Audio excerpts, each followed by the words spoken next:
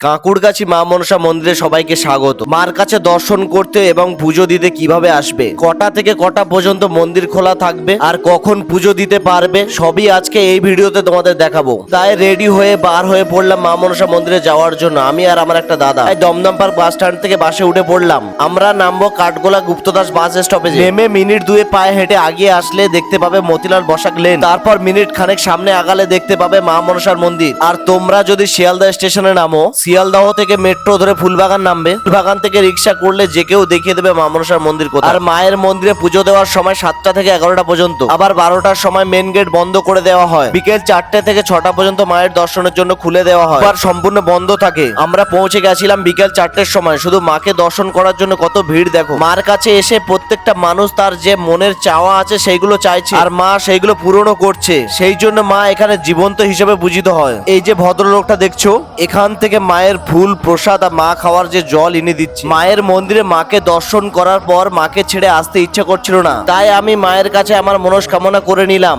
মা যখন সবার মনস্কামনা পূরণ করছে, মা আমারটাও করবে।